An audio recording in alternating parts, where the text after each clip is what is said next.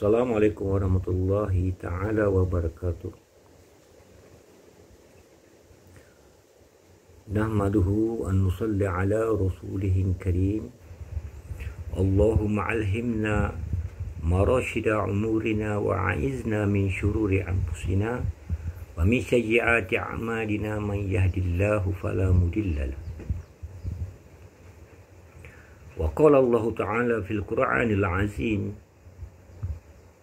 Kul hazihi sabili ad'u ila Allah ala basiratin ana wa man ittaba'ani. Wa qala Allah ta'ala fil Qur'anil azim, wa minan nasi man yaqul amanna billahi wal yawmil akhir wa ma hum bimu'minin yukhadi'una Allah wal ladzina amanu wa ma yakhda'una illa anfusahum wala yashurun. Wa qala Allah ta'ala fil Qur'anil azim, wa man ahsanu qawlan mimman da'a ila Allah wa amila salihan wa qala innani minal muslimin. Wa qala Allah ta'ala fil Qur'anil azim, ya ayyuhalladzina amanu lima taquluna ma la taf'alun.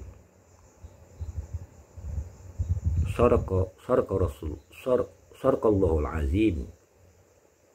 Wa qala an-nabi sallallahu alaihi wasallam, ballighu anni walau ayah, atau kama qala an-nabi sallallahu alaihi wasallam. Di alhamdulillah, tuan-tuan mulia dan saudara yang dimuliakan oleh Allah Subhanahu wa taala. Di sini Abang Zul terpanggil untuk berkongsi pendapat lah, untuk berkongsi pendapat mengenai satu benda yang menarik Abang Zul untuk bercakap hari ini, untuk sepatah dua kata, untuk sama-sama untuk memberi manfaat untuk diri Abang Zul sendiri dan juga untuk umumnya untuk sekalian kita umat Islam yang bersaudara lah. Tuan-tuan yang dimuliakan oleh Allah Subhanahu wa taala, untuk ringkaskan percakapan Abang Zul ini, Abang Zul ingin menyentuh tentang suatu isu ataupun satu perkara yang menjadi hangat buat masa ini, buat masa sekarang, mengenai isu satu individu yang kita kenali lah, yang kita umum mengenali, Ustaz Abid Liu.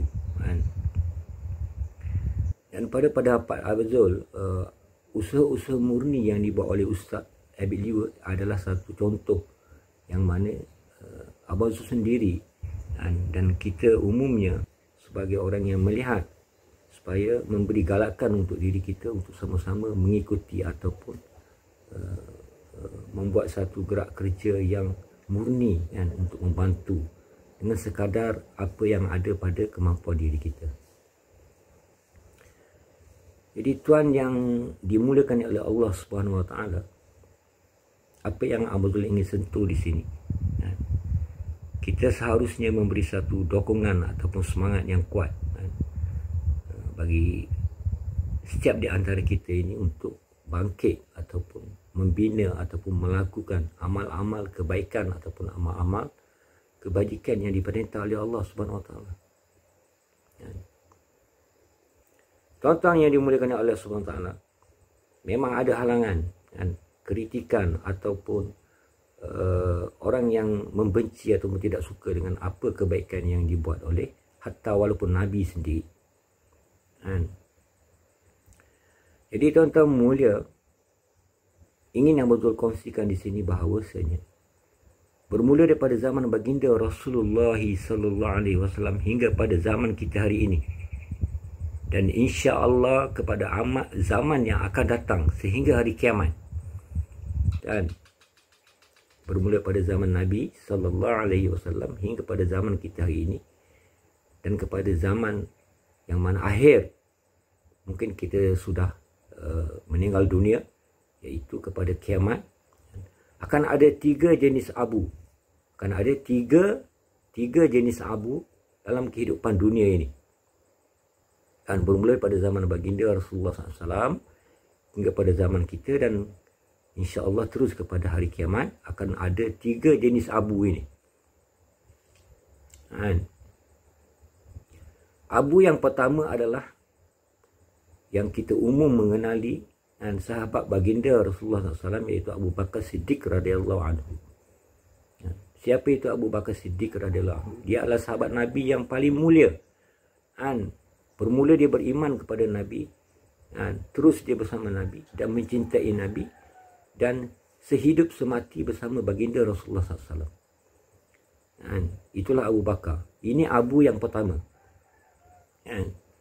Dikatakan Abu Bakar Siddiq radhiyallahu anhu, baginda Rasulullah SAW pernah bersabda, jika ada Nabi selepas daripada aku.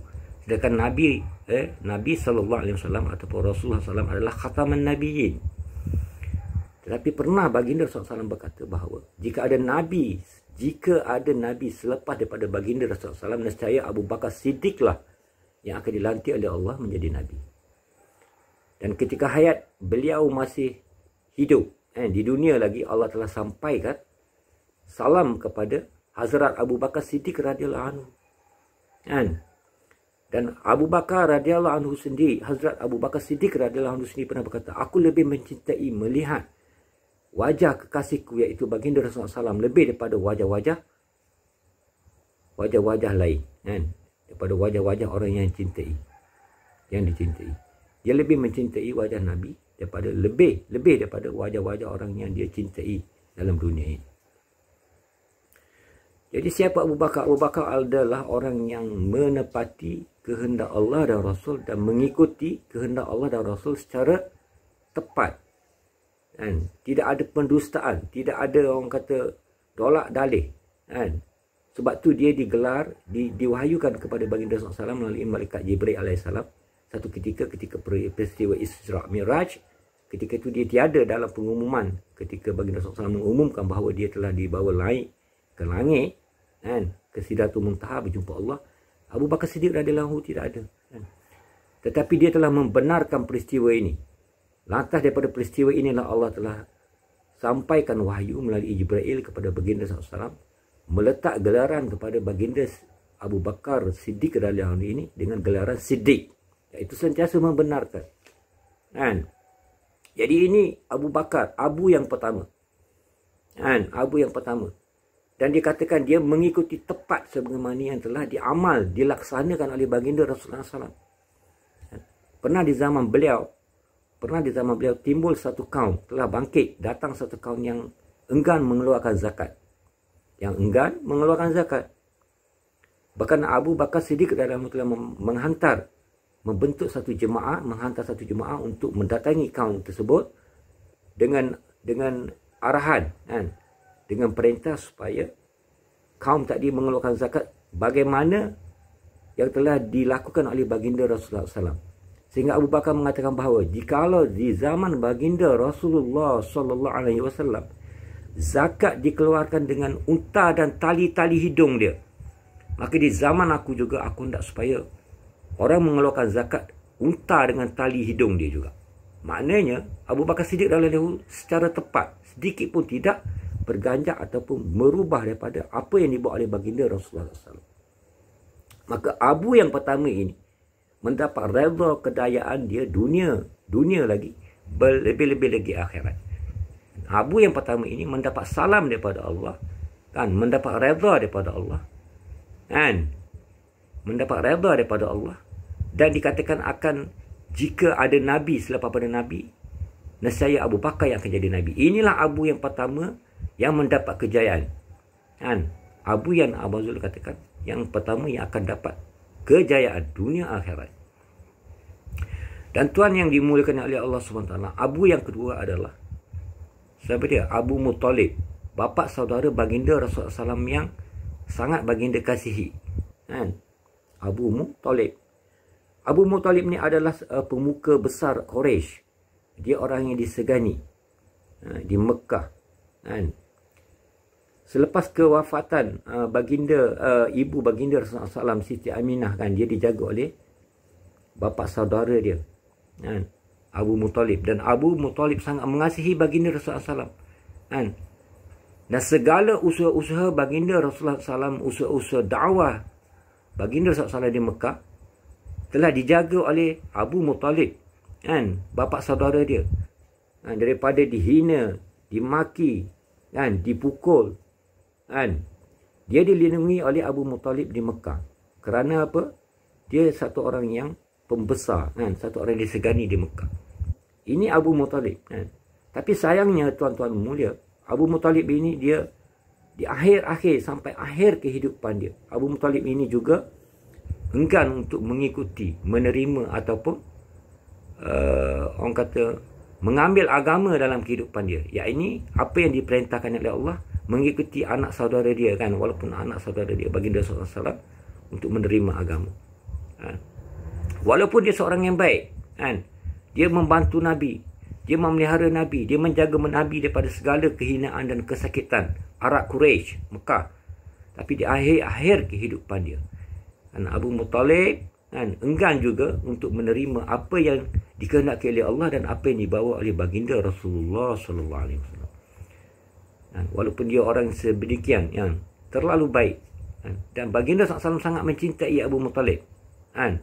Kalau kita Abang Zul nak cerita panjang kisah dia kan, sehingga mengalir titisan air mata baginda SAW jatuh ke riba, ke pipi kan, bapa saudara dia kan. Pun begini dalam keadaan Abu yang kedua ini pun kan, walaupun dia satu orang yang bagus, bapa saudara Nabi kan, tapi kerana enggan menerima, tidak melakukan apa yang Allah hendak dan apa yang diucapkan, yang diminta oleh baginda Rasulullah SAW untuk mengucap kalimah, dia menolak.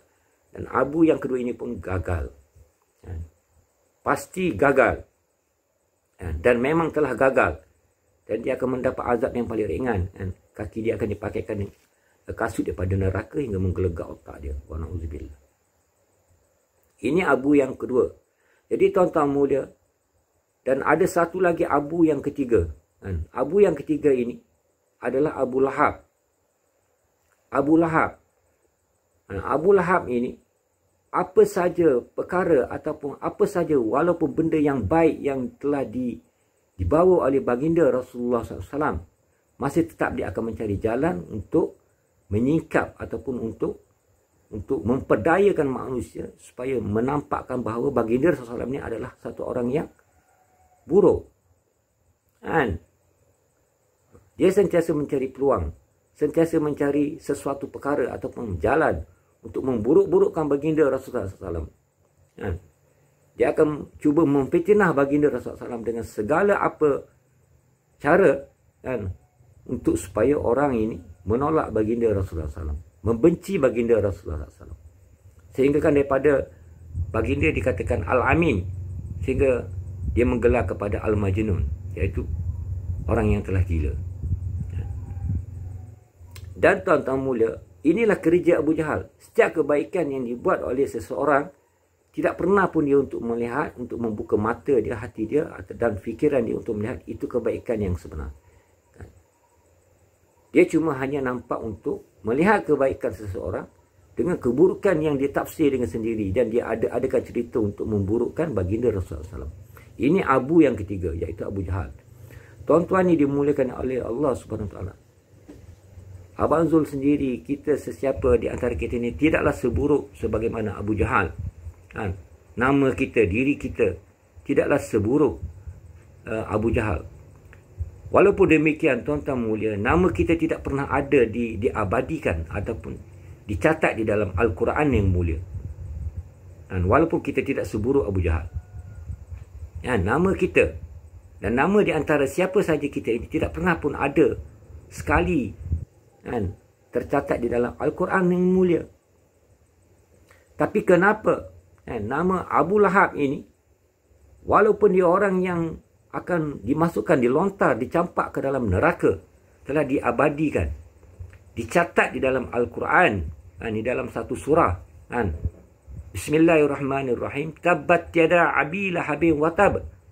Bukan Abang Zul yang kata, Allah telah mengatakan bahawa celakalah Abi Lahab. celakalah Abi Lahab. Celakalah Abi Lahab kerana apa? Inilah orang yang telah membuat kerosakan dengan kebaikan yang dibawa oleh orang lain. Orang lain membawa kebaikan dengan apa yang diperintahkan, yang dikehendaki oleh Allah, dan apa yang telah diajak oleh baginda Rasulullah SAW. Alih-alih dia akan cuba membawa keburukan, menukar sesuatu kebaikan itu dengan keburukan. Inilah Abi Lahab. Sehingga Allah sendiri mengatakan orang macam ni celaka, kan? Tabbat yada Abi Lahabin wa tab. Celakalah kamu wahai Abi Lahab. Celaka, celaka. Bukan Abu Zul yang cakap, tapi Allah telah abadikan dalam Quran. Kan? Jadi tuan-tuan mulia, kan, apa yang kita kena ambil iktibar daripada apa yang Abang Zul nak kongsi di sini adalah untuk diri kita, kan, supaya kita dapat melihat, kan, sesuatu kebaikan itu untuk kita mengikuti, kan, bukan untuk menghalangi kebaikan yang telah dibuat, kan. Dan jika kita belum melakukan satu kebaikan, maka ia mendorong diri kita untuk melakukan kebaikan, kan. Jangan kita jadi batu penghalang untuk menghalang orang yang telah berbuat kebaikan.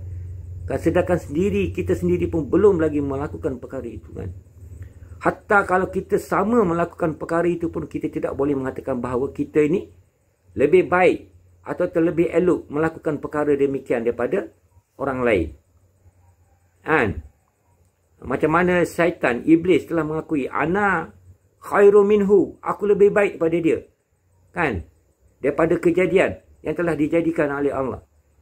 Jadi tuan-tuan mulia, apalagi kalau kita tidak pernah melakukan apa yang dilakukan oleh saudara kita untuk usaha-usaha murni, kan, membantu, kan, dengan harta kita pergi masuk kampung, masuk ladang untuk jumpa, kan.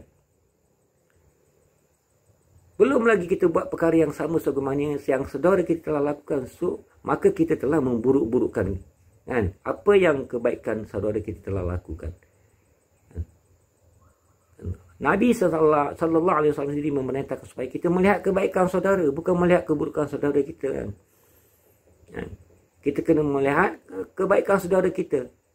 99 keburukan yang ada pada saudara kita, satu kebaikan. Maka kebaikan yang satu itulah telah diminta oleh Nabi untuk kita melihat pada saudara kita.